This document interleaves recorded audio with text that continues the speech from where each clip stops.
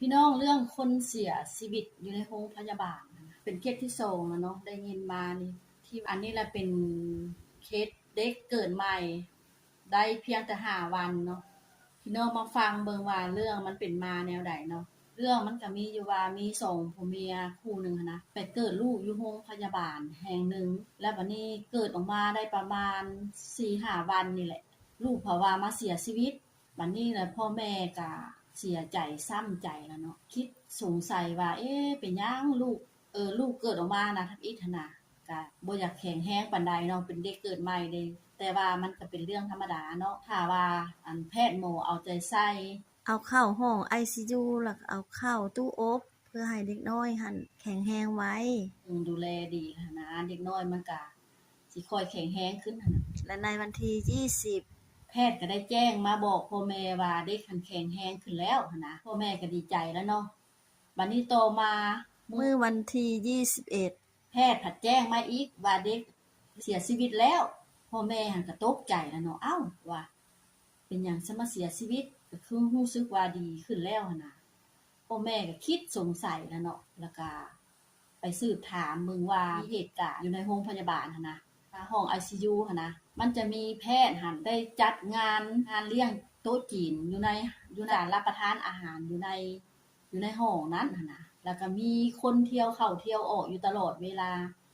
ที่ว่าพนักงานเสิร์ฟนั่นแหละที่เข้าเอาอาหารไปเสิร์ฟบ่ได้ใส่ผ้าอัดปากแล้วก็นุ่งเครื่องธรรมดานุ่งทรงโยกทรงยีนอีหยังนั่นแหละทั้งที่ว่า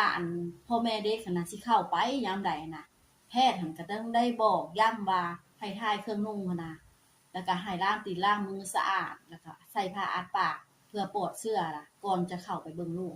แต่ว่ามาเห็นมื้อนั้นหั่นน่ะงานเสิร์ฟน่ะเที่ยวเข้าออกอยู่ตลอดเวลาแล้วบ่ได้เฮ็ดตามที่ว่าท่านหมอสั่งคือปฏิบัติที่ว่าตัวเองเฮ็ดผ่านมาหั่นน่ะพ่อแม่ก็แข็งใจแล้วเนาะว่าลูกเฮาตายย้อนสาเหตุหยังหรือว่าไปติดเชื้อบ่หรือว่าแนวใดหั่นน่ะเพราะว่าเอาอาหารเข้าไปกินในหั้นนี่ย้านว่าไปติดเชื้อใส่จึงว่าเฮ็ดให้เด็กหั้นบ่แข็งแรงแล้วก็จนว่าได้เสียชีวิตไปน่ะบัดนี้แหละพ่อแม่หั้นก็ได้โทรไปมูลนิธิปวีณาหงส์สกุลเพื่อให้เรื่องนี้หั้นนะว่ามันเป็นแนวใดลูกหั้นตายย้อนสาเหตุหยังเพื่อให้ความเป็นธรรมระหว่าง2ฝ่ายนั่นแหละท่านปวีณาก็ได้ออกมาช่วยเหลือของ2ผัวเมียนี้และเดี๋ยวนี้เรื่องราวมันก็เป็นกระแสจากสังคมให้ความสนใจหลายได้เดี๋ยวนี้ได้แล้วก็ได้ออกมาโหนกระแสแล้วก็มีปวีณาหงส์สกุลแล้วก็มีทนายความแล้วก็มีพ่อแม่เด็กออกมาโอ้ลมแล้วก็ปรึกษารือกันนะว่าเรื่องราวนี้มันเป็นมาแนวใดมันเป็นความจริงบ่แล้วเขาเจ้าก็สิซอกหาหลักฐานโรงพยาบาลนี้ได้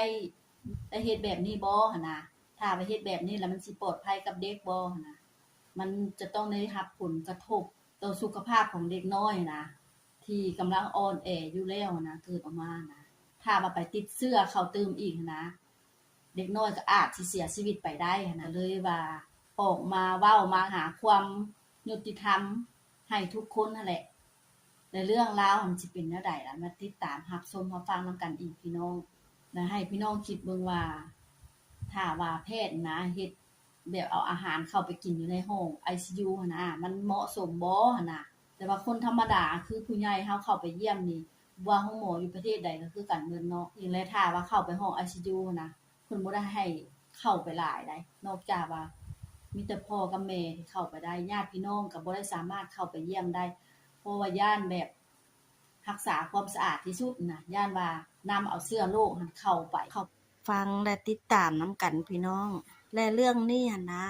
ก็บ่ฮู้ว่าผลสรุปออกมาสิเป็นแนวใดความจริงก็เป็นความจริง